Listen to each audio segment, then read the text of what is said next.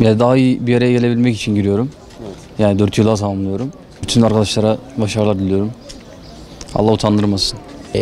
Ön lisans bitirip lisans tamamlama sınavına giriyoruz.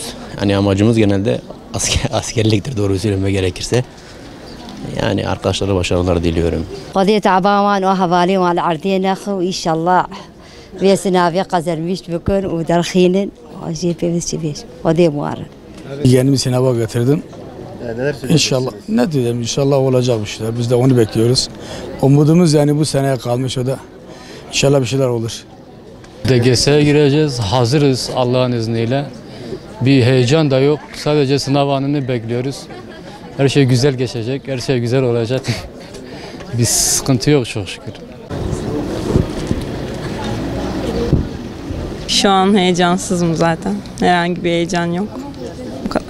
Yani özgüvenden kaynaklı olabilir. Bu kadar.